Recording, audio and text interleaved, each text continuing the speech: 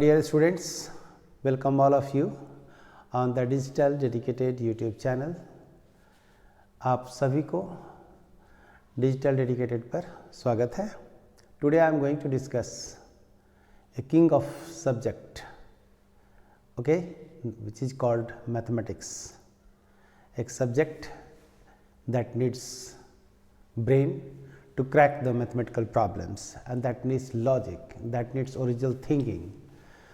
But you know this is the exam time and high time और right time. तो अभी आप लोग सीट बेल्ट बांध कर तैयार हो जाएं और विनय सर के साथ यूं उड़ान भरें. Right now we have two approach to solve the numericals, especially mathematical problems. One for the board, another for the competition. And for the board there is a model questions. And वो model questions जो आया हुआ है उसका एक एक करके मैं सॉल्यूशन दे रहा हूँ.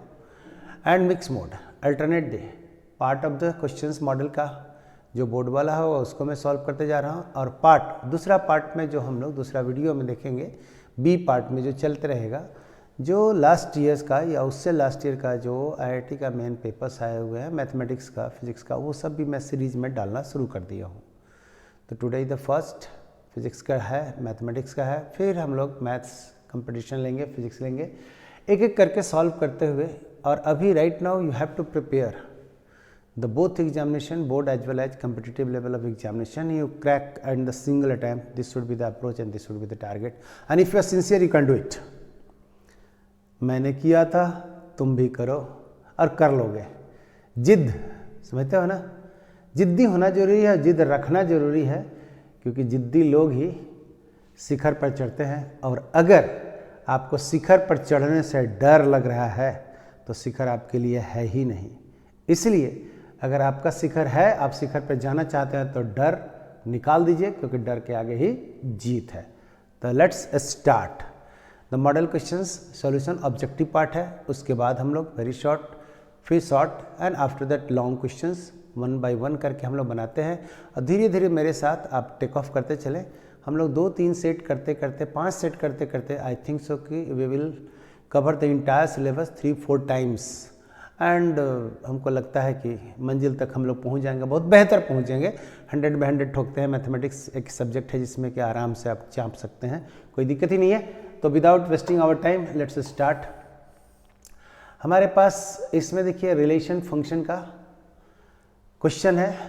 आप लोग सब जानते हैं रिलेशन फंक्शन की जब अगर बात आती है तो function is the rule that gives relationship between the element of the two sets, two non empty sets ना. दो सेट्स अगर नॉन एम्प्टी है तो सेट ए का एलिमेंट सेट बी को सर्टेन रूल से जुड़े रहेंगे ना, और जो पेयर ऑफ एलिमेंट्स बनेंगे, रूल से पेयर ऑफ एलिमेंट्स बनेंगे, उसको हम लोग फंक्शन कहेंगे. और दो सेट के एलिमेंट के बीच रूल या बिना रूल से पेयर ऑफ एलिमेंट्स अगर हम लोग लिख देंगे तो उसको हम लोग रिलेशन कहेंगे. साथ में रिलेशन सेम सेट पे भी बनता है, रिलेशन दो डिफरेंट सेट पे भी बनते हैं. तो रिलेशन बनने के लिए सेम सेट के एलिमेंट के बीच भी रिलेशन हो सकता है, दो सेट के बीच के एलिमेंट्स रूल या बिना रूल का भी रिलेशन हो, जो पेयर बनेगा उसको हम लोग रिलेशन कह देंगे. लेकिन दो सेट के एलिमेंट्स के बीच जो पेयर सर्टेन रूल से बनेगा उसको हम लोग फंक्शन कहते हैं. राइट. तो जो हमारे पास यहाँ से दिखा हुआ है relation on the set 1 2 3 given by, relation दिया हुआ है 1 2 3, मतलब सेम सेट के एलिमेंट पर हमको रिलेशन निकालना है. रिलेशन सेम एलिमेंट का होता है ना, तो उसको हम लोग कह देते हैं रिफ्लेक्सिव. रिलेशन अगर हम लोग को सिमेट्रिक होता है, एक का दो से रिलेशन है और दो का एक से रिलेशन है, मतलब रिलेशन उल्टा पुल्टा एक समान होगा. ठीक है. अगर राकेश विनय मेहता का भाई है तो विनय मेहता भी राकेश का भाई है. इस तरह से अगर उल्टा पुल्टा रिलेशन बनेगा तो उसको सिमेट्रिक कह देंगे. अगर राकेश सुनीता का भाई है तो सुनीता राकेश का भाई नहीं हो सकता है, बहन, तो उल्टा रिलेशन नहीं है, तो इसको अनसिमेट्रिक कह देते हैं. राइट. तो सिमेट्रिक अनसिमेट्रिक होने के लिए हमारे पास रिलेशन उल्टा पुल्टा एक समान होना चाहिए. अगला रिलेशन एक होता है ट्रांजिटिव, मतलब एक को दो के साथ है, दो को तीन के साथ है, तो ए रिलेशन एक से तीन का दे देगा. एक को दो के साथ रिलेशन और दो का तीन के साथ रिलेशन है, और ये दोनों मिलकर के एक से तीन का बीच का रिलेशन अगर हमको निकाल देगा ऐसा कहीं भी, तो उसको ट्रांजिटिव कहते हैं. रिफ्लेक्सिव, सिमेट्रिक और ट्रांजिटिव अगर तीनों एक साथ होल्ड करेगा तो उसको हम लोग इक्विवेलेंस रिलेशन कहते हैं। तो रिलेशन का डिफाइन करने के लिए आपके पास पहला रिफ्लेक्सिव है कि सेम एलिमेंट के साथ जो रिलेशन बनता है उसको रिफ्लेक्सिव। और अगर रिलेशन ऐसा बना कि एक डायरेक्शन से ट्रू है तो उल्टा भी उसका ट्रू होगा। अगर 1 2 का रिलेशन है तो 2 का 1 से भी रिलेशन है तो उससे को हम लोग सिमेट्रिक कह देते हैं। और अगर ट्रांजिटिव रिलेशन है तो एक का एलिमेंट 2 के साथ, 2 का 3 के साथ और ये बता देता है 1 के 3 के साथ रिलेशन, तो उसको हम लोग ट्रांजिटिव मतलब रिलेशन ट्रांसफर होता है। और अगर तीनों एक साथ होल्ड कर लेता है तो उसको हम लोग रिफ्लेक्सिव कह देते हैं। तो यहाँ से डियर आप लोग देखेंगे बड़ा आराम से रिलेशन में, तो हमारे पास दिया हुआ है अपने एलिमेंट के साथ में बना हुआ है रिलेशन, देख रहे हैं ना, अपने एलिमेंट के साथ में बना हुआ है 1 1 2 2 3 3। 1 के साथ 2 तो है लेकिन 2 के साथ 1 इसमें शामिल नहीं है, ठीक है भाई। 2 के साथ 3 तो है, 3 के साथ 2 शामिल नहीं है, राइट। ये रिलेशन अगर रहता, ये भी रहता और ये सब भी रहता तो इसको हम लोग कह देते कि भैया ये हमारे पास रिफ्लेक्सिव भी है और सिमेट्रिक भी होता। अगर ये सब होते तब, तो ऐसा तो है नहीं, इसलिए ये रिफ्लेक्सिव रिलेशन को होल्ड कर रहा है, सिमेट्रिक को होल्ड नहीं कर रहा है। ट्रांजिटिव में अगर हमारे पास कह देते कि 1 के साथ 2 का है और 2 के साथ 3 का है और फिर एक 3 के साथ रिलेशन हो जाती, तब भी मेरे पास ट्रांजिटिव रिलेशन होता है। मतलब 1 का 2 के साथ, फिर 2 का 3 के साथ, फिर 1 का 3 के साथ। अगर ऐसा एलिमेंट इसमें पेयरिंग के रूप में रहता तो हम लोग कह देते कि भाई मरे ये रिलेशन जो है हमारे पास ट्रांजिटिव ही है, लेकिन ऐसा तो है नहीं। 1 1 के साथ है, 2 2 के साथ है और 3 3 के साथ में है, तो हमारे पास रिफ्लेक्सिव रिलेशन है। That is the relation function questions. Another one function related to the domain and range. तो आप लोग यहाँ से देखेंगे fx equal to x cube be a function with domain. Dear आप लोग यहाँ देखिए फंक्शन है और एक इन्वर्स फंक्शन है, तो दो मैंने फोटो बना दे रहा हूँ। There are 2 non empty sets and here is the function is the rule that gives relationship between the element of the set A to the element of the set B। इसको हम लोग domain कह देंगे, ये देखिएगा, और इसको हम लोग यहाँ पर रेंज कह देंगे, राइट। जो डोमेन अपने मन से लेंगे तो लिखा हुआ है 0 1 2 3। रूल दिया हुआ है डियर एक्स क्यूब का, तो यहाँ पर 0 1 का क्यूब 1, 2 का क्यूब 8 और 3 का क्यूब 27। ध्यान दीजिए ये जो हम लोग उल्टा ऐसे एरो चलते हैं इसी को हम लोग एफ इन्वर्स कह देते हैं, एफ इन्वर्स। तो एफ इन्वर्स में फंक्शन देखिएगा हमारे पास ये वाला बन जाएगा डोमेन और ये वाला बन जाएगा रेंज। आपसे पूछा हुआ है ना, be a function with domain this then domain of f inverse. तो आप ये समझिएगा एफ इन्वर्स फंक्शन ये डोमेन है और ये रेंज हो गया। जो फंक्शन होता है उसका उल्टा हम लोग चलते हैं तो उसको इन्वर्स फंक्शन कहते हैं। तो आंसर हो गया 0 1 8 और 7। और अगर यहाँ पे हम लोग क्या देंगे एफ इन्वर्स फंक्शन निकालेंगे कैसे, तो देखिएगा यही वाला आने जा रहा है। निकालने का इन्वर्स फंक्शन का तरीका है represent x in terms of y। तो डियर ये क्या दिया हुआ है y इज इक्वल टू ये देखिए दिया हुआ है एक्स क्यूब। तो इन्वर्स अगर आपको निकालना है इन्वर्स फंक्शन तो करना क्या होता है represent x in terms of y। तो y का मान हम लोग ऐसे कर देंगे और उसके बाद कहते हैं रिप्लेस x बाई वाई। तो यहाँ y और यहाँ पर x 1/3, इसी को हम लोग कह देंगे f इन्वर्स x, जबकि इसको कहते हैं fx is equal to x cube. ये देखिए ना ये आपको दिया हुआ था और ये आपका इन्वर्स फंक्शन हम लोग f inverse x is equal to x to the power 1/3। ये रिलेशन ये रूल हम लोगों ने पढ़ाई कर रहे हैं ना 1/3, यही आपका इन्वर्स फंक्शन हो गया। इसी को कहते हैं first y equal to x cube, f x को y कहते हैं, y equal to x cube represent x in terms of y। Tension नहीं लेने का है, ये शॉर्ट में रूल बता दिए हैं कि आपको 2 स्टेप्स में करना है। अगर y डिपेंडेंट है और एक्स क्यू इंडिपेंडेंट है, एफ एक्स को y मान लेते हैं, तो पहला स्टेप है कि x को y के रूप में रिप्रेजेंट कर दें और फिर x को y से रिप्लेस कर दें, तो अपने आप इन्वर्स फंक्शन आपका निकल जाएगा। तो हमारे लिए ये रूल हो गया। अब आप लोग देखेंगे सेकंड क्वेश्चन ये, थर्ड क्वेश्चन ये लिखा हुआ है साइन tan इनवर्स x और x का मान -1 से 1 के बीच में लाई कर रहा है। तो जब कभी भी यहाँ साइन है, यहाँ tan इनवर्स है और साइन इनवर्स का ई वाला मान -1 से 1 के बीच होना चाहिए। तो कोशिश हम लोगों ने आपको पहले सिखा है ट्रायंगल का यूज कीजिए और यहाँ से अगर आप लोग लिख लेते हैं कि tan inverse x is equal to theta, ये वाला थीटा मान लेते हैं, तो tan theta is equal to आपके पास x है, इसका मतलब ये वाला x है, ये वाला 1 है, तो ये 1 प्लस एक्स स्क्वायर हो जाएगा। तो बताइए कि sine theta is equal to क्या होने वाला है। तो sine theta is equal to आपके पास है x by 1 plus x square, okay, under root. तो थीटा इक्वल टू क्या आ गया, ये दिख रहा है ना, sine inverse x by 1 plus x square का अंडर रूट। अब ये बताइए कि यहाँ tan इनवर्स की जगह पर आप लोग क्या रख दीजिएगा, साइन इनवर्स। तो साइन और साइन इनवर्स कट जाएगा, तो यहाँ देखिएगा साइन और ये tan के जगह पर हमने रख दिया sign inverse x by 1 plus x square का अंडर रूट। ऐसे है, ये कट गया तो हमारे पास वैल्यू बचा है x by 1 plus x square. कहीं कोई दिक्कत ही नहीं है, बहुत ही आसानी से आप इसको निकाल सकते हैं। आगे अगर आप देखेंगे तो वैल्यू लिखा हुआ है cot inverse 1/√3 minus cos. Dear ये वाला क्वेश्चन जनरली पूछते रहता है, तो आप ये देखिएगा कॉट इनवर्स 1/√3, कॉट इनवर्स 1/√3, ध्यान रखिएगा tan इनवर्स 1/√3 का मान आपको 30 डिग्री में होते हैं और कॉट का मान 1 इनवर्स आपके पास होगा 60 डिग्री। 60 डिग्री मतलब पाई बाई, तो हम लोग यहाँ से लिख देते हैं, ये देखिएगा पाई बाई 3 माइनस। अब यहाँ से देखिएगा माइनस है, जैसे ही कॉस के साथ माइनस आ जाते हैं तो हम लोग कह देते हैं pi minus cos inverse 1/2। Dear ये वाला याद रखिएगा कि अगर कॉस इनवर्स माइनस मान अगर कुछ भी दिया हुआ है -x, तो आप लोग इसको लिखेंगे पाई माइनस कॉस इनवर्स x, ऐसे है ना। तो अब आप लोग बताइए कि ये वाला है पाई बाई 3, कॉट का मान ये वाला है माइनस पाई, ये वाला प्लस हो जाएगा पाई बाई 3। तो this value is 2 pi by 3 minus pi is equal to minus pi by 3। Value है कहीं भाई माइनस पाई बाई 3।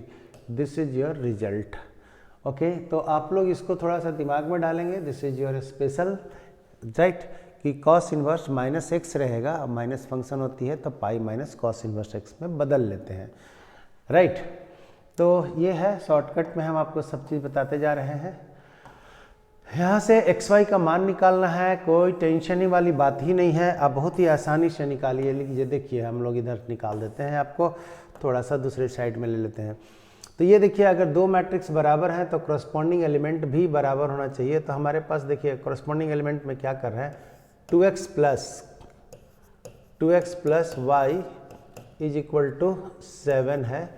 और अगला वाली जो मान हम लोग ले लेते हैं, यहाँ से देख लीजिए ना, ये है 4x और ये वाला है x प्लस 6। कहीं से ले लीजिए, आसानी से जिस एलिमेंट से निकाल लीजिए, या 4x इक्वल टू 7 आप इसको भी ले सकते हैं।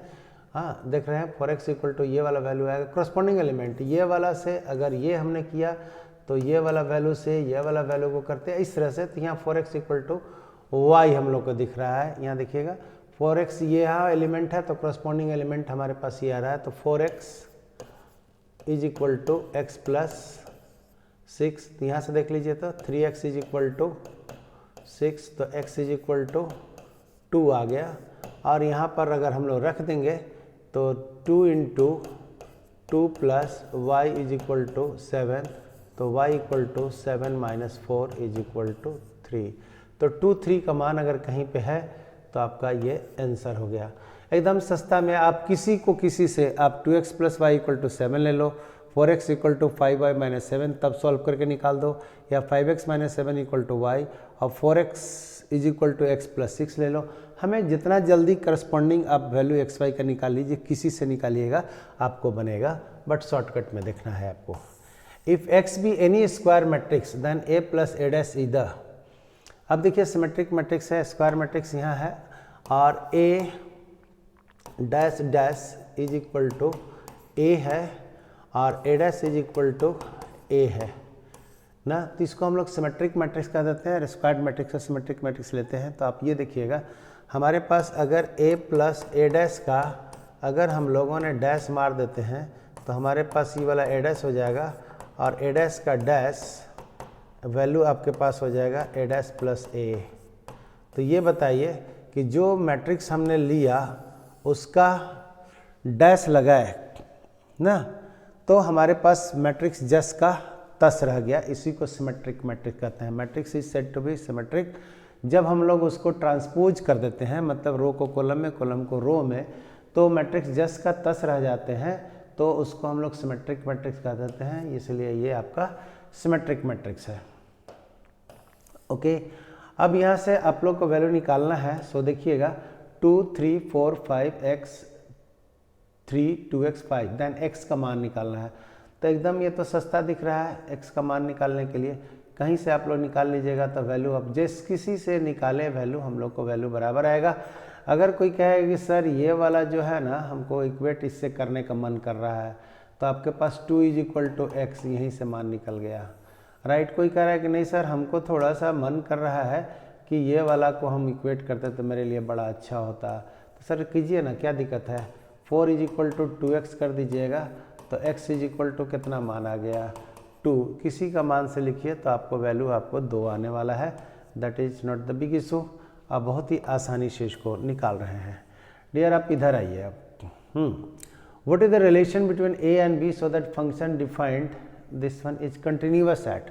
तो कंटिन्यूअस फंक्शन होने का शर्त ये है कि फंक्शन का मान जो पॉइंट दिया रहता है उस पर, उससे लेफ्ट साइड में, उससे राइट साइड में, अगर तीनों मान बराबर है तो फंक्शन कंटिन्यूअस होगा। फिर से किसी पॉइंट पर कंटिन्यूटी चेक करना है तो फंक्शन का मान उस पॉइंट पर, उस पॉइंट से थोड़ा लेफ्ट मतलब उससे थोड़ा छोटा मान, और उस पॉइंट से थोड़ा राइट उससे थोड़ा बड़ा मान। तो डियर ये देखिएगा हमको चेक करना है x इक्वल टू 3 पर, तो 3 से ज़्यादा 3 प्लस h का h टेंस टू 0, तो ज़्यादा के लिए रूल है bx प्लस 3 और कम के लिए रूल और इक्वल के लिए रूल आपको लिखा हुआ है कितना ax प्लस b। तो डियर हम लोगों ने चेक कर देते हैं। यहाँ देखिएगा पहले f3 का मान हम निकाल के आपको दिखाते हैं। तो f3 का मान अगर निकालेंगे जिसी तरह से तो f3 इज इक्वल टू, ये देखिएगा इक्वल साइन कहाँ दिया हुआ है, x का मान 3 या 3 से कम के लिए फंक्शन दिया हुआ है ax, तो भैया x की जगह पे हम रख देंगे a into 3 plus 1 is equal to 3a plus 1। अब यही वाला मान ये हो गया 3 माइनस h और LT है लिमिट h टेंस टू 0। अगर ऐसे जैसे ही मान रखिएगा तो यहाँ पर रखिएगा a into 3 minus h plus 1 और h टेंस टू 0 है। लिमिट में हम लोगों ने रख दिया h टेंस टू 0, h का मान 0 रख दीजिएगा तो वैल्यू यही आ गया 3a प्लस 1। राइट साइड में अगर हम लोग लिखेंगे ये देखिएगा तो लिमिट h टेंस टू 0। अब ये बताइएगा कि है f3 plus h, 3 plus h। अब बताओ 3 प्लस h का मान, तो हमारे पास ये वैल्यू है लिमिट, फंक्शन का नियम देख लीजिएगा, लिमिट h टेंस टू 0 मान है कितना dear 3b into 3 plus h plus 3, h का मान 0 को रखिएगा तो हमारे पास वैल्यू बन गया 3b प्लस 3। डियर देखिए नंबर 1 है, नंबर 2 है और नंबर 3 है। ये तीनों नंबर हमको बराबर होना है सॉल्व होने के लिए। तो अब ये बताइए कंटिन्यूअस फंक्शन है तो आराम से आप लोग चलिए, एकदम धीरे धीरे हम लोग चल रहे हैं। कंटिन्यूटी का शर्त में तीनों बराबर होना चाहिए। तो हमारे पास ये देखिएगा लिखेंगे कि 3a plus 1 is equal to 3b plus 3। हमारे पास वैल्यू जो आ रहे हैं सो देखिए कि क्या क्या मान आ रहा है। सो कंटिन्यूटी चेक करना है तो अब मान यहाँ से ले आइए तो हमारे पास आ रहा है 3a minus 3b is equal to 3 minus 1। तो हम लोग लिखेंगे a minus b into 3 is equal to 2। तो a minus b is equal to 2/3। क्या ए बी में रिलेशन ये होल्ड कर रहा है कहीं डियर? तो a minus B is equal to 2/3। I think तो this is the relation for the continuity के लिए आपके पास ये आ गया है।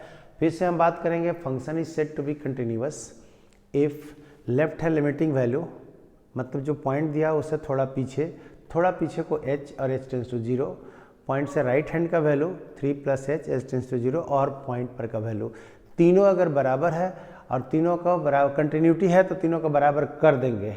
कंटिन्यूटी अगर दिया हुआ है कि किसी पॉइंट पे फंक्शन कंटिन्यूअस है तो तीनों बराबर होंगे, उससे हम लोग शर्त को रिलेशन लगा निकाले तो ये वाला आया। ठीक है डियर, तो अब आगे आइए, हमारे पास वैल्यू ये लिखा हुआ है dy/dx निकालना है। वैल्यू ये देखिए तो y = log है और log है और बेस नथिंग इज मेंशन्ड, तो सपोज कि here e is hidden, then dy/dx का मान निकालना है। तो dy/dx अगर आप लोग करेंगे तो आपके पास फंक्शन ऑफ फंक्शन है d log x, ऐसे this divided by d log x into d log x by dx। अगर ऐसे करेंगे तो ये देखिएगा ये और ये सेम है, तो नीचे में मेरे पास आ जाएगा इसका वैल्यू 1/x और इसका वैल्यू आएगा आपको log x। ये देखिए तो आपका कहीं रिलेशन होल्ड कर रहा है 1/x into log x। This is your C, this is your value. Okay, हमारे पास 10 नंबर क्वेश्चन के लिए अगर रिलेशन निकालना है तो कहीं कोई दिक्कत नहीं है, एक एक करके आप धड़ाधड़ एकदम स्पीड में चलते रहें। बस आपको थोड़ा सा कॉन्सेप्ट हम देते जा रहे हैं कि कौन सा हम कॉन्सेप्ट का यूज कर रहे हैं। तो ये देखिए वैल्यू लिखा हुआ है √x plus √y is equal to लिखा हुआ है √a, फाइंड dy/dx। तो हमारे पास जैसे ही dy/dx लगाएंगे तो dx⁻² 1/2, ये देखिएगा dx लगा दिए हैं, प्लस dy⁻² 1/2, यहाँ पर dy करेंगे और यहाँ dy/dx ले लेंगे, राइट। और ये वाला वैल्यू d√a जो है ये हमने d लिया और ये अब मेरा रूट है और ये वाला ऐसे है और ये dx है, तो ये कांस्टेंट है, 0 हो जाएगा। यहाँ डिफ्रेंशिएशन यह x है, यहाँ भी x है तो रूल लागू कर देंगे। यहाँ y था तो वहाँ y दिया और y को ले लिया, बट क्योंकि हम लोग ऑपरेटर क्या किए हैं d/dx दोनों तरफ लगाए हैं, ये देखिए ऐसे, और यहाँ भी हम लोग d/dx लगाए हैं, ये ऑपरेटर काम किए हैं ना। तो वैल्यू लिखिएगा तो 1/2 x⁻⁻² plus 1/2 y⁻⁻² dy/dx is equal to 0, ऐसे वैल्यू आया। अब आप लोग ये देखिएगा तो कांस्टेंट का डिफरेंशिएशन 0, 1/2 को हटा दीजिए तो आपके पास वैल्यू होगा 1/√x plus 1/√y dy/dx is equal to 0। तो dy/dx का मान अगर निकालेंगे तो √y/√x विथ निगेटिव साइन, ये वाला वैल्यू हम लोग को आएगा। तो आप ऐसा चॉइस देखिए कि कहीं पे दिख रहा है √y/√x विथ निगेटिव साइन, आपके पास यहाँ दिख रहा है, तो दिस इज योर रिजल्ट, कहीं कोई दिक्कत नहीं है। आगे अब अगर बढ़िएगा यहाँ से वैल्यू, तो ये वाला मान को अगर हम लोग निकालें तो इस मान को देखिएगा, दिस इज योर फार्मूला जैसा है, तो हम लोग लिख सकते हैं y = 3 tan 1x का डायरेक्ट मान आप लोग याद रखें कि 3 tan 1x का फॉर्मूला ऐसा होता है, ठीक है। और इसको निकालने का तरीका है x = tan थीटा मान लीजिएगा और इसको सॉल्व कीजिएगा फार्मूला से, तो ये वाला आएगा। तो dy/dx का मान अगर हम लोग निकालें तो 3 × d tan 1x/dx ऐसे है, and this could be written as d/1 + x², तो ये देखिएगा 3 है और यहाँ tan 1 का डिफ्रेंशिएशन हम लोगों ने किया, then this is the value we have got it. अब आइए तो the rate of change of the area of circle with respect to the radius, ध्यान दीजिए भैया, रेट ऑफ चेंज यहाँ जो निकालने के लिए है किसके रेस्पेक्ट में पूछा है, रेडियस के रेस्पेक्ट में। ऑलरेडी रेट को जनरली हम लोग टाइम के रेस्पेक्ट में करते हैं, but here information is given in terms of the radius. तो बी सीरियस कि हम लोग कैसे निकालना है रेट मेजर के लिए, और वो भी आर का मान लिखा हुआ है 5, r = 5 centimetre. Rate of change area of circle, my dear ये बोलिए एरिया ऑफ द सर्कल हम लोग क्या लिखेंगे, तो area of the circle is equal to πr square, हमें चाहत है d A by d r not d t, तो डी पाई को बाहर, d r square by d r. अब वैल्यू हमारे पास ये आ रहा है 2 पाई आर। अब बताइए कि 2 पाई तो है ये है, आर का मान 5 and answer is the 10 pi centimetre, I think सो। तो सेंटीमीटर स्क्वायर बाई सेंटीमीटर इसको कर दीजिए, एरिया में हम लोगों ने डिवाइड कर दिया है आर से, तो 10 पाई कहने भैया 10 पाई, ये देखिए आपके पास आंसर हो गया। ओके हमारे पास फंक्शन है, function f x equal to x plus cos x is always increasing और डिक्रीजिंग फंक्शन की बात कर रहे हैं। तो इंक्रीजिंग डिक्रीजिंग अगर आपको करना है तो d Y by D x निकाल दें ना। तो फंक्शन आपके पास क्या दिया हुआ है डी आर, तो F X is equal to everything okay, this is F x equal to x plus cos X. ये देखिएगा अगर एफ डैश एक्स निकालिएगा, दिस इज को हम लोग कहते हैं D Y by D X and this is equal to 1 minus कितना साइन एक्स। और हम लोग ये कहेंगे this is always greater than 0, चाहे जो हो जाए साइन का मान 1 या 1 से कम ही होगा, तो ये हमेशा पॉजिटिव होगा, इसलिए always increasing, always increasing. Sine का मान हमेशा आपका 1 से छोटा वैल्यू होगा, इसलिए ये मान कभी निगेटिव हो नहीं सकता है। हाँ ये मान आप 0 से ले करके 2 तक वेरी करेगा कि साइन का मान -1 हो सकता है, -½ हो सकता है, राइट, हाफ हो सकता है, 1 तक जाएगा, लेकिन कभी भी 1 से बड़ा नहीं हो सकता है। इसलिए d Y by D x का मान हमेशा पॉजिटिव आएगा, और हमेशा पॉजिटिव आएगा तो फंक्शन इंक्रीजिंग होगा। अब आगे देखिएगा 14 नंबर क्वेश्चन है, एकदम धड़ाधड़ बनाते चलिए, एकदम थोड़ा स्पीड के साथ में। ये देखिए जब कभी ये सवाल है ना तो तुरंत अरेंज कर देना है आपको, यहाँ से e to the power x है, e to the power -x है, तो आप इसको अरेंज करो। थोड़ी सी ऐसे हम लोग कर देते हैं, dx by e to the power x है, तुरंत आप लोग इसको अरेंज करो ऐसे। आप इसको अगर ऊपर ले जाइएगा तो e to the power x dx हो गया, और यहाँ पर वैल्यू 1 प्लस एलसीएम लीजिएगा तो e to the power x का कितना होल स्क्वायर। माय डियर ये बोलिएगा कि ये वाला का differentiation e to the power x का differentiation e to the power x dx होगा। तो हम लोगों ने फार्मूला तो जानते ही है ना, इसको हम लोग लिख देंगे tan inverse e to the power x plus c। देखिए तो tan inverse e to the power x plus c आ रहा है ना। आगे बढ़िए यहाँ से, इसको हम लोग अरेंज करते हैं फटाफट फटाफट। तो सेक स्क्वायर का इंटीग्रेशन में हम लोग क्या कर देंगे 1 बाई कॉस स्क्वायर एक्स, और नीचे में जो कॉसेक स्क्वायर लिखा हुआ है उसको पलट देंगे तो वैल्यू आ जाएगा साइन स्क्वायर एक्स, और ये वाला dx है, बस इसको हम लोगों ने सीधा कर दिया है और कुछ नहीं किया है। तो वैल्यू आ गया मेरे पास tan square x dx। Dear ठीक है ना, tan स्क्वायर का डायरेक्ट नहीं है तो we know this one sec square x minus 1 and this is dx। अब बताइए तो सेक स्क्वायर का हमारे पास हो जाएगा tan x, और x का मान हो जाएगा dx का मान हो जाएगा x प्लस सी, तो tan x माइनस X plus C, I think so कि this is the result we have. हाँ जी, ये वाला रिलेशन होल्ड कराइए, ये वाला रिलेशन को होल्ड कराइएगा। तो आप लोग सब जानते हैं कि अगर -a से a तक रहे और fx dx रहे तो हम लोग यहाँ ऑड इवन चेक करते हैं ना। अगर f minus x is equal to minus f x हो जाए तो इसका इंटीग्रेशन का मान सीधा 0 कर देते हैं, अगर ये ऑड फंक्शन हुआ तो यहाँ से देखिए तो fx का मान है क्या डियर, fx का मान sign to the power 7x, और f माइनस एक्स का मान हो जाएगा minus sine to the power 7x, that is equal to minus fx। मतलब ये कौन सा फंक्शन है डियर, ऑड फंक्शन है। और ये जब ऑड फंक्शन हो जाते हैं, ध्यान दीजिएगा कि अगर ये ऑड फंक्शन है तो वैल्यू सीधा 0 होगा, -a टू a माने -π/2 से π/2 तक है, और ये फंक्शन ऑड है क्योंकि यहाँ देखिए fx इक्वल टू इतना है और माइनस करेंगे तो माइनस बाहर आ जाएगा जो -fx का बराबर है। तो आंसर सीधा हम लोग को 0 होने वाला है। ये प्रॉपर्टी बेस्ड है डियर, इसलिए आप लोग धड़ाधड़ प्रॉपर्टी को एकदम दिमाग में डालते रहेंगे। इसका इंटीग्रेशन देखिए तो हम लोग सब पता है कि this is equal to tan inverse x, और कहाँ से कहाँ तक है 0 से 1, हम लोगों ने कह देंगे tan inverse 1 minus tan inverse 0 and this is equal to π/4 -0, answer है आपका π/4।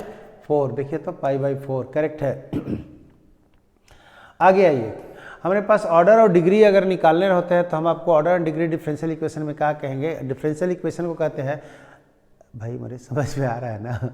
ठीक है, दिमाग तो गर्म नहीं हो रहा है, ऐसे होना भी चाहिए, एग्जाम टाइम में ऐसा हूँ गर्म है, और ठंडे के दिन में अगर गर्मी आ रही है तो बिंदास लगे रहो मुन्ना भाई, है ना? तो बेस्ट करना है तो आपको लगे रहना पड़ेगा। बट डिफरेंशियल इक्वेशन थोड़ा टेढ़ा टेढ़ा होता है, हम लोग कहते हैं x हो इंडिपेंडेंट, y हो डिपेंडेंट और उसका डेरिवेटिव हो ना, तो डिफरेंशियल इक्वेशन डिफाइन हो गया। मतलब इंडिपेंडेंट हो, डिपेंडेंट हो और डेरिवेटिव हो किसी भी इक्वेशन में तो डिफरेंशियल इक्वेशन कह देंगे। अब उसको ऑर्डर निकालने के लिए उसमें हम लोग ये निकालते हैं कि हाईएस्ट ऑर्डर क्या है, सबसे ज़्यादा डेरिवेटिव कै बार लिया गया है और उसका पावर क्या है, और उसका पावर निकालने के लिए अगर रूट में या फ्रैक्शन में पावर रहे तो उसको हम लोग पहले इंटीजर में बदल लेंगे, तब ये काम करेंगे। तो माय डियर यहाँ लिखा हुआ है 2 बार और यहाँ रूट चढ़ाया हुआ, तो पहले रूट को हटाओ, तो हाईएस्ट डेरिवेटिव तो हमारे पास दिख रहा है, लेकिन राइट साइड में हमको रूट दिख रहा है ना, तो रूट दिख रहा है, तो ये बताइएगा, पहले रूट को हटाइए, तो हम लोग कह देंगे d2y/dx स्क्वायर का whole square is equal to 1 + dy/dx का whole square. This is the equation. अब आपको निकालना है हाईएस्ट डेरिवेटिव है, तो ऑर्डर हाईएस्ट डेरिवेटिव 2 बार लिया गया है और उसका पावर भी है डिग्री कितना 2। पूछा क्या है ये बताइएगा, पूछा ये है sum of the order and degree. Dear ये देखिएगा, sum of the order and degree, order भी 2 है डिग्री भी 2 है, कह रहा है सम, तो कहने गया भैया 4। आप मत मारिएगा 2 में, ऑर्डर 2 है डिग्री भी 2 है, लेकिन पूछ रहा है द सम, तो दोनों को जोड़ो तो कितना हो जाएगा 4, करेक्ट है। अब आगे आइए, हमारे पास यह है what is the integrating factor of the differential equation. We know this one dear friends की इंटीग्रेटिंग फैक्टर एक ऐसा फैक्टर हम लोग निकालते हैं, कैलकुलेशन करते हैं, जिससे हम अगर गिवन इक्वेशन में ऑपरेट कर देंगे तो गिवन इक्वेशन सॉल्युबल फॉर्म में या इंटीग्रेबल फॉर्म में रिड्यूस कर जाता है। जिस फैक्टर से ऑपरेट करते हैं उसी को हम लोग IF इंटीग्रेटिंग फैक्टर कहते हैं, and we get like this. तो जल्दी से standard equation linear differential equation का क्या है हम आपको लिख करके याद करा देते हैं।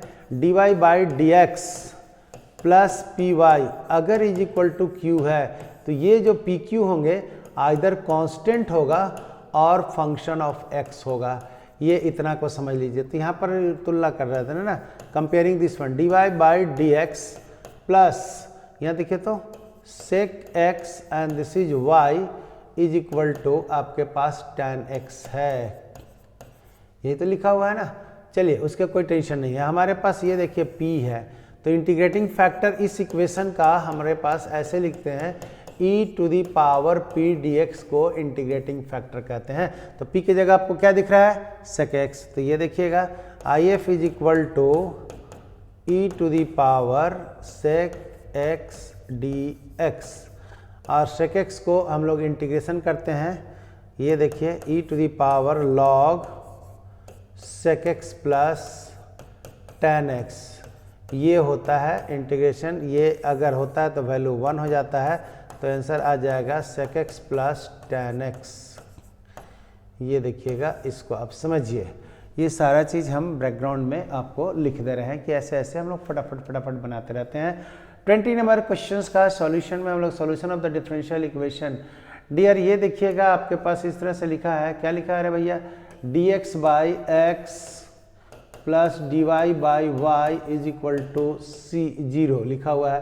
तो भैया डिफरेंशियल इक्वेशन से इक्वेशन निकालने के लिए हम लोग क्या करते हैं, छोटे चीज़ को बड़े में लाने के लिए इंटीग्रेट करते हैं। तो dx वाला टर्म को हटा करके x में लाना है तो सर्टेनली इंटीग्रेट करेंगे, तो इंटीग्रेटिंग बोथ साइड, तो ये वाला हो जाएगा log x और ये वाला हो जाएगा log y and this is equal to integration constant log c। तो हमारे पास वैल्यू लिखेंगे log xy is equal to log c, log को उड़ा देंगे तो हमारे पास वैल्यू आ गया xy इक्वल टू c। ऐसा कहीं सॉल्यूशन में है तो xy equal to c, this is your solution.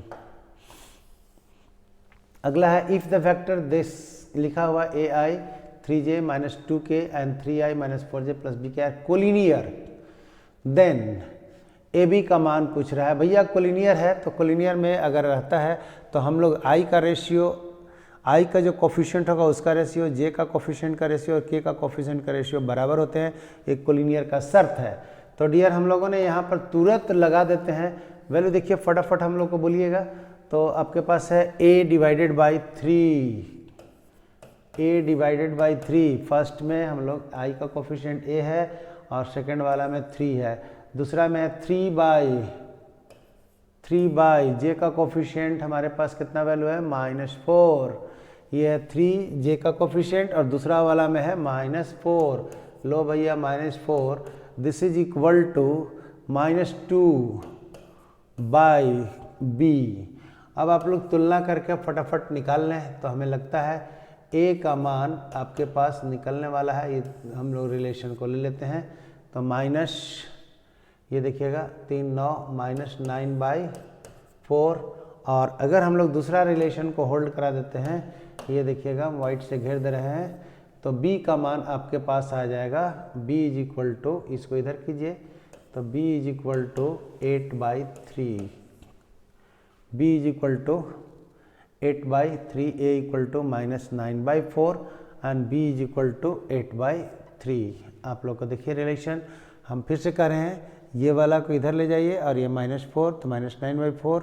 हम लोग b को लेफ्ट साइड में ले गए और 3 को नीचे में ले गए और 4 और 2 को मल्टीप्लाई कर देते 8/3। This is the value. I think so कि वी हैव गॉट इट। 22 कह रहा है F A is a non zero vector of magnitude A and lambda is non zero scalar, then lambda A will be a unit vector. हाँ, F A is a non zero vector of magnitude A, ठीक है भाई, और lambda A is a non zero vector, ठीक है। तो अब आपके पास ये कह रहा है तो लेमडा इंटू ए का मान ऐसे है और इसको ऐसे कर दिए और ये कह रहा है बी ए यूनिट वेक्टर। तो डियर हम लोगों ने इसको कह दिया यूनिट वेक्टर। तो lambda into a is equal to 1, तो लेमडा इज इक्वल टू हमारे पास किसका मान निकालना है dear, then lambda A will be a unit vector if. तो हमारे पास लेमडा का मान कितना आ रहा है, तो ए का मान हम लोग ये देखिएगा निकाल सकते हैं। ये हम लोग को वैल्यू आ गया है, तो लेमडा ए ये हम लोगों ने ऐसे कर दिया, तो लिखा हुआ ए का मान ना, ए का मान निकाल दीजिए। तो हमारे पास रिलेशन एक होल्ड कर गया है, ए इज इक्वल टू 1/लेमडा का mod. This is your value, कहीं कोई दिक्कत नहीं है। यूनिट वेक्टर को अगर बात को कहा हुआ है तो हम लोग ये कह दिए। अब 23rd में आइए, if a equal to i plus 3j, ध्यान दीजिएगा वेक्टर को, if a equal to i plus 3j plus 7k, right, and b equal to इतना दे दें, projection of a on b। भाई projection of a on b बड़ा कहानी हम लोगों ने इसको कहते भी हैं, फिर से हम इसको थोड़ा सा कॉन्सेप्ट ले लेते हैं तो आपको एकदम क्लियर हो जाएगा ना। थोड़ा सा समझिएगा जल्दी से, ठीक है। हम लोगों ने दो वेक्टर को लेते हैं, अगर एक वेक्टर को हम लोगों ने ऐसे ले लिया और दूसरे वेक्टर को ऐसे ले लिया है, ध्यान दीजिए, अगर b वेक्टर का प्रोजेक्शन निकालेंगे तो ये वेक्टर b है और ये वाला थीटा है, तो ये वाला प्रोजेक्शन मिलेगा जिसको कि हम लोग कहते हैं b cos theta, right. Rule क्या हो गया, a पर हम लोगों ने b का प्रोजेक्शन निकाले हैं, तो projection b cos theta is the projection of b on a ना। तो हमको जिसके ऊपर प्रोजेक्शन लेना है तो लेंगे क्या, a डॉट b। अगर दो वेक्टर को हम लोग लिखेंगे तो हम लोग लिखते हैं a b cos of theta. अगर इसको हम लोग कह देंगे तो फॉर्मूला बन गया b cos theta is equal to a dot of b divided by mod of vector a, या सीधा a कर दिए, यही मॉड है। इसका मतलब रूल ये बन गया कि जिस वेक्टर के ऊपर प्रोजेक्शन लेना रहता है उसी से हम लोग मैग्नीट्यूड से डिवाइड कर देते हैं डॉट प्रोडक्ट में। तो देखिएगा यहाँ पर रूल को अगर ये कह दिए कि projection of if a is this and b then projection of a on b, तो डियर हम लोगों का b के ऊपर में निकालना है a का प्रोजेक्शन। तो लिखेंगे कैसे, a dot of b divided by on, जिसके ऊपर लेना रहता है उसी का हम लोग मॉड लगा देते हैं, रूल यही है। तो अब बताइए कि a डॉट b में हम लोग बात करेंगे तो a का मान हमारे पास है कितना, ये देखिए फटाफट हमको बता दीजिए आप लोग। तो i है, ये देख रहे हैं ना, i plus 3j okay plus 7k, जल्दी से हम लोग लिख लेते हैं डॉट, थोड़ा सा कंसंट्रेशन के साथ करना है, 2i माइनस 3j और प्लस 6k। ठीक है डियर, हमको लग रहा है कि आपको ये थोड़ा सा बनाइएगा तो ये चिलिंग कोल्ड चल रही है अभी हम लोग को, आप हॉट हो जाइएगा तुरंत ना। तो ये देखिएगा तो मॉड बी का मान हम लोग निकालेंगे तो 2 का स्क्वायर प्लस माइनस 3 का स्क्वायर और प्लस 6 का स्क्वायर का अंडर रूट 2 का मॉड है। अब आई को आई के साथ तो 2, जे को जे के साथ तो -9 और ये है 42। दिस डिवाइडेड बाई, आप डिवाइड किए तो ये 4 प्लस 9 प्लस 36 का अंडर रूट तो 45 और 49, ये वैल्यू आ रहा है। ये देखिएगा तो 2 में से गया -7 प्लस 42 डिवाइडेड बाई ये 7 हो जाएगा तो ये 35/7 एंड दिस कुड बी, हमारे पास वैल्यू आ रहा है 5। देखिए तो डियर है कहीं 5, दिस इज द प्रोजेक्शन, हमारे पास वैल्यू आ रहा है। ठीक है ना, आप लोग कैलकुलेशन कीजिए, अभी तुरंत कॉन्सेप्ट दीजिए। अगर वेक्टर ए का बी के ऊपर में प्रोजेक्शन लेना है तो ए डॉट बी करके बी से डिवाइड कर दीजिए। फिर से वेक्टर बी का अगर ए के ऊपर प्रोजेक्शन लेना है तो ए डॉट बी करके ए से डिवाइड कर दीजिए। मतलब जिसके ऊपर प्रोजेक्शन लेना है उसी के मैग्नीट्यूड से हम डॉट प्रोडक्ट में डिवाइड कर देते हैं, मेक ए रूल, और आपको धड़ाधड़ आपको आंसर आ जाएगा। अब यहाँ से जो हमारे पास वैल्यू पूछा हुआ है ये लिखा है the direction ratio of the 2 lines are A, B, C and B minus C, C minus A and A minus B respectively, then angle between the lines। तो डियर ये बताइए कि अगर डायरेक्शन रेशियो दिया हुआ है या डायरेक्शन कोसाइन दिया हुआ है तो एंगल बिटवीन द लाइंस निकालने के लिए पहले हम लोगों ने ये निकालते हैं cos theta is equal to, ये देखिएगा A1, A2, B1, B2, C1, C2। आप लोग समझिएगा कि ये वाला A1 है, B1 है, C1 है, A2 है, B2 है, C2 है, मल्टीप्लाई कर देते हैं A इंटू क्या वैल्यू दिया हुआ है B माइनस सी, अब देखिए प्लस B इंटू क्या मान अगला है C माइनस A, और अगला मान है प्लस C इंटू आपके पास है A माइनस B। अब डियर देखो यहाँ से हम लोगों ने मान रख दिए हैं AB minus AC plus BC minus BA plus CA minus CB। अब आप लोग देखेंगे तो AB को AB के साथ में गया, AC है AC और BC है BC, ये सब कट गया। ऑर्डर रहने से 2 इंटू 3, 3 इंटू 2 करें, इससे कोई दिक्कत नहीं है। दिस वैल्यू इज 0, इसका मतलब cos थीटा का मान अगर 0 आ जाए तो थीटा का इतना डिग्री पर होता है π/2, और 90 डिग्री अगर है मतलब ये 2 ठो आपके राइट एंगल पर हैं। This angle is what 90 degree, that is π/2। अब डियर यहाँ से आइए if A1 B1 and C1, ध्यान रहे ना A1 B1 एंड C1, ठीक है भाई। इफ अगर इतना है and A2 B2 C2 with the direction ratio of the 2 parallel lines, ध्यान रखिएगा अगर पैरेलल लाइंस होते हैं तो रेशियो हम लोग को क्या होता है, बराबर होते हैं। मतलब हमारे पास वैल्यू ये कहना है A1 by A2 is equal to B1 by B2 is equal to C1 by C2, ये कहानी है। तो वैल्यू ये जो हम लोग को बराबर होगा, और ये जरूरी नहीं है कि ये ratio A1 by A2 B1 by B2 और C1 by C2 is equal to 1 हो जाएगा, ये 1 होना जरूरी नहीं है। दिस इज द वैल्यू, ये हमारे पास है रेशियो, ठीक है भाई। 2 समानांतर रेखाओं का दिक् अनुपात पैरेलल लाइंस होंगे। हाँ, ये वाला वैल्यू 1 हो सकता है कहीं भी जब एक दूसरे के ऊपर लाइन हो जाए, तो पैरेलल और कोलिनियर की बात नहीं कर रहा है, हम लोग लाइन को पैरेलल कर रहा है, इसीलिए डायरेक्शन रेशियो और डायरेक्शन कोसाइन का मान हम लोग को बराबर होगा। तो ratio value A1 by A2 B1 by B2 C1 by C2 का मान हम लोग को बराबर आएगा। अब आपके पास वैल्यू ये है mother father and son line up at random for a family picture, ठीक है भाई। मदर फादर और सन, बाबा, मदर फादर माता पिता और बेटा, बेटी गायब है, माता पिता और बेटा 3 लोग हैं, है ना। यहाँ पर MBBS का डिग्री नहीं लगा है, मियाँ भी बच्चे समेत में बच्चा एक ही वो है, कोई बात नहीं है।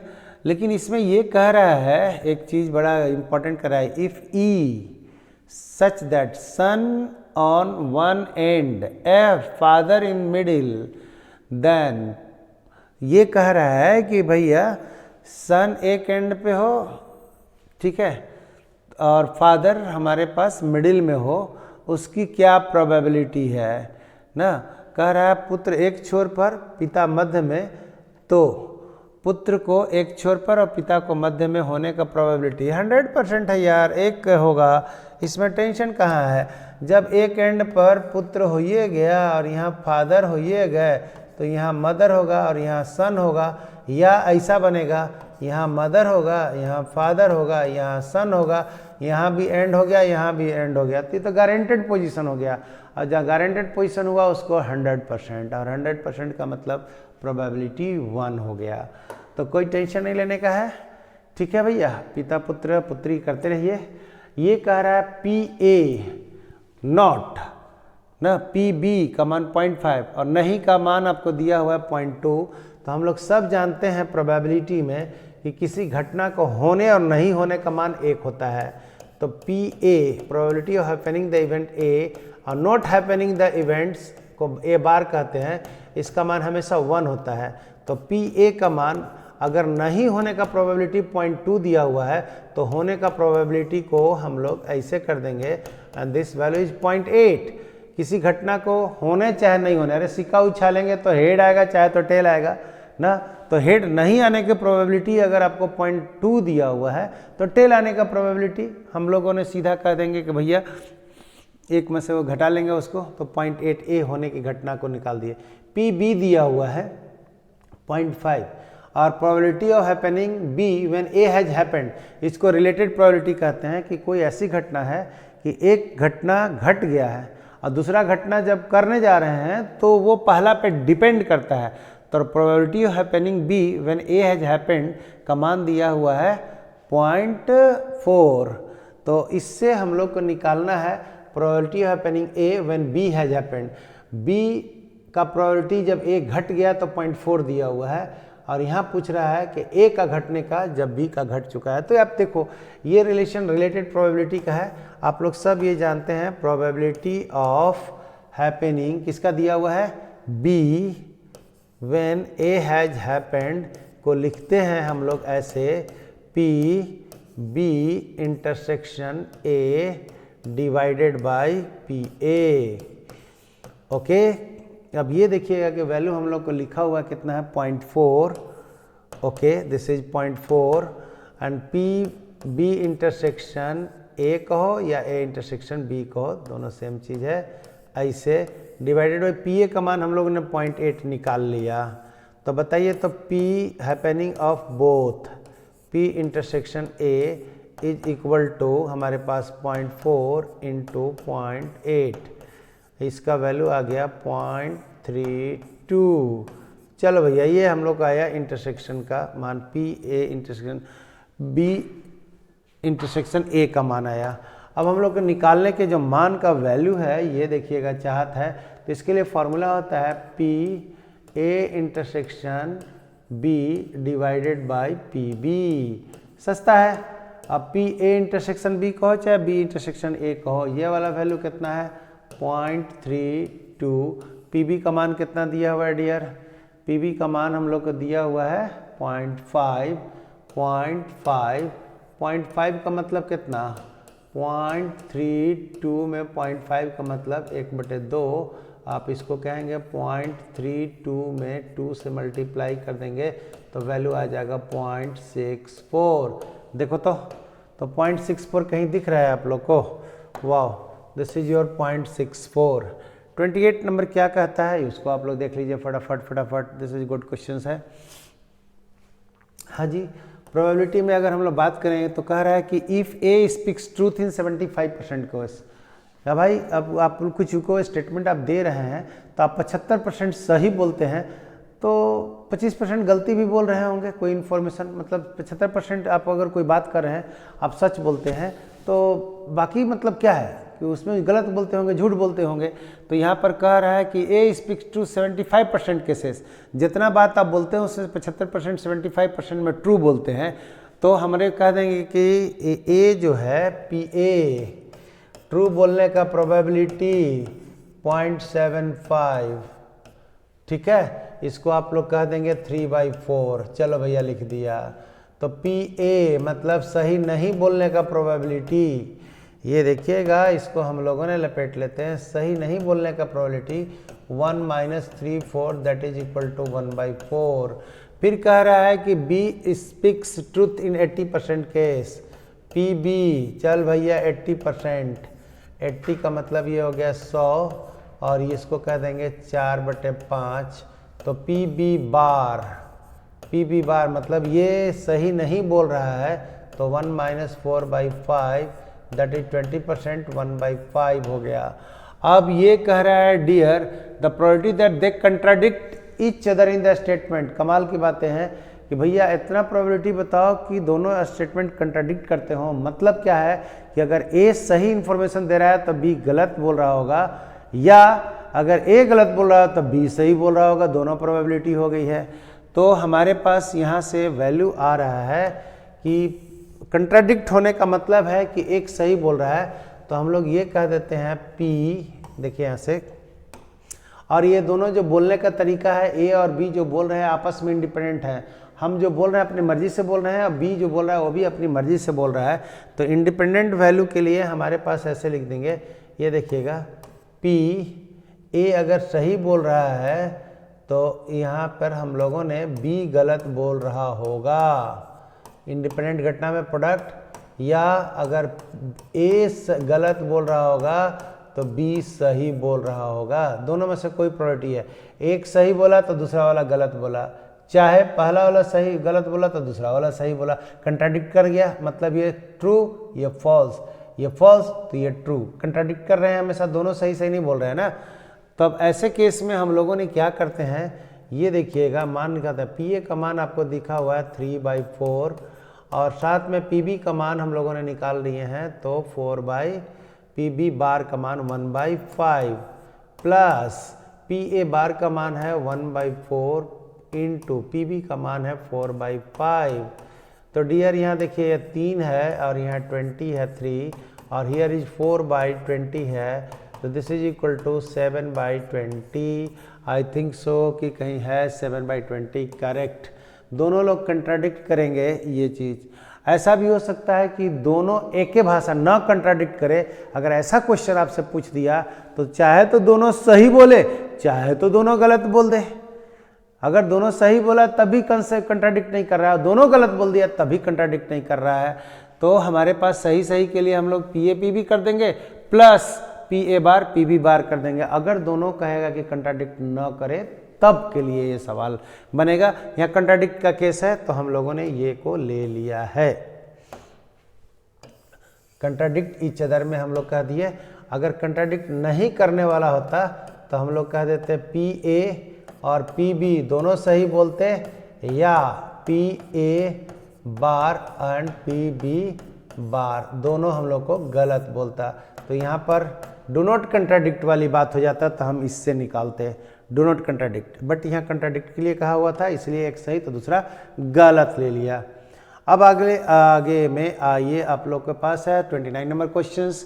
If A and B are event such that P A equal to this P B equal to this, तो पी ए, हाँ जी ये थोड़ा सा क्वेश्चंस है, अच्छे क्वेश्चंस में से ये लिखा हुआ है, ये देखिएगा P A dash union B dash का मतलब ये हो जाती है भैया, ये देखिएगा पी ए इंटरसेक्शन का बी का ऐसे।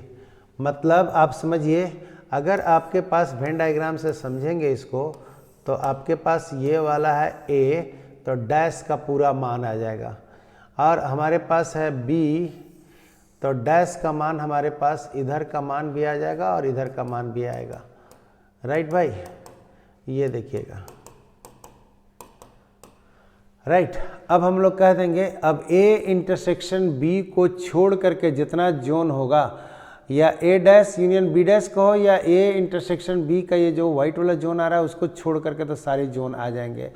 तो हमारे लिए यहाँ से काम को कर देंगे, ए डैश यूनियन बी डैश का मतलब होता है पी ए इंटरसेक्शन बी का निगेटिव भाग। ए इंटरसेक्शन बी ये वाला पार्ट है, इसको छोड़ करके सब पार्ट को लिखेगा तो ये वाला आ जाएगा, और ये भी वेन डायग्राम से वही आ रहा है। इसको हम लोग कह देंगे तो पी ए इंटरसेक्शन बी, ऐसा मान हम लोग को आया। एंड दिस वैल्यू को हम लोग लिखा हुआ है P A dash union B dash.